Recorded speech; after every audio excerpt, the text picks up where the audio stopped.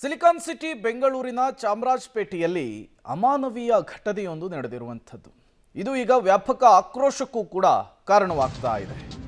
ಪ್ರಮುಖವಾಗಿ ಚಾಮರಾಜಪೇಟೆಯಲ್ಲಿ ಗೋವುಗಳ ಕೆಚ್ಚಲಿಗೆ ಇರಿದು ಚಾಕುವಿನಿಂದ ವಿಕೃತಿಯನ್ನು ಮೆರೆಯಲಾಗಿದೆ. ಘಟನಾ ಸ್ಥಳಕ್ಕೆ ರವಿಕುಮಾರ್ ಭೇಟಿಯನ್ನು ಕೊಟ್ಟಿದ್ದಾರೆ. ಮಾಲೀಕರಿಂದ ಮಾಹಿತಿಯನ್ನು ಪಡಿತಾ ಇದ್ದಾರೆ. MLC ರವಿಕುಮಾರ್ ಅನ್ನುವಂತಹ ಮಾಹಿತಿ ಸಿಗ್ತಾ ಇದೆ. ಚಾಮರಾಜಪೇಟೆಯಲ್ಲಿ ಗೋವುಗಳ ಕೆಚ್ಚಲಿಗೆ ಚಾಕುವಿನಿಂದ ಇರಿದು ಅಟ್ಟಹಾಸವನ್ನು ಮೆರೆದಿದ್ದಾರೆ.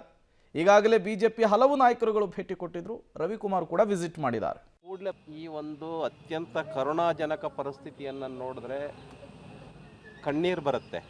ಬಾಯಿ ಇಲ್ಲದೆ ಇರ್ತಕ್ಕಂಥ, ಮಾತು ಬರದೇ ಇರ್ತಕ್ಕಂಥ, ಯಾರಿಗೇನು ದ್ರೋಹ ಮಾಡದೇ ಇರ್ತಕ್ಕಂಥ ಮೂಕ ಪ್ರಾಣಿ ಹಸುಗಳ ಕೆಚ್ಚಲನ್ನು ಕತ್ತರಿಸ್ತಾರೆ ಅಂತಂದರೆ ಅವರು ಮನುಷ್ಯರೇ ಅಲ್ಲ, ಮೃಗೀಯ ವರ್ತನೆಯನ್ನು ಮಾಡಿದ್ದಾರೆ. ಹಾಗಾಗಿ ನಾನು ಸರ್ಕಾರವನ್ನು ಆಗ್ರಹಪಡಿಸ್ತೇನೆ, ಅವ್ರನ್ನ ಕೂಡಲೇ ಬಂಧಿಸ್ಬೇಕು. ಯಾರವರು ಈ ಒಂದು ಪ್ರಾಣಿಗಳನ್ನು ಹತ್ಯೆ ಮಾಡ್ತಕ್ಕಂಥ, ಹಸುಗಳ ಕೆಚ್ಚಲನ್ನು ಕತ್ತರಿಸಿ ಹಾಕಿರ್ತಕ್ಕಂಥ 16 ಲೀಟ್ರ್ ರಕ್ತ ಹರಿದಿದೆ ಅಂತ ನಮ್ಮ ಕರ್ಣ ಅವರು ಹೇಳ್ತಾರೆ. ಆ ಹಸುಗಳನ್ನು ಸಾಕಿರ್ತಕ್ಕಂಥ ಮಾಲೀಕ ಕರ್ಣ ಅವರು, ಅವ್ರಿಗೆ ಏನು ಅನಿಸಿರಬೇಕು. ಇದು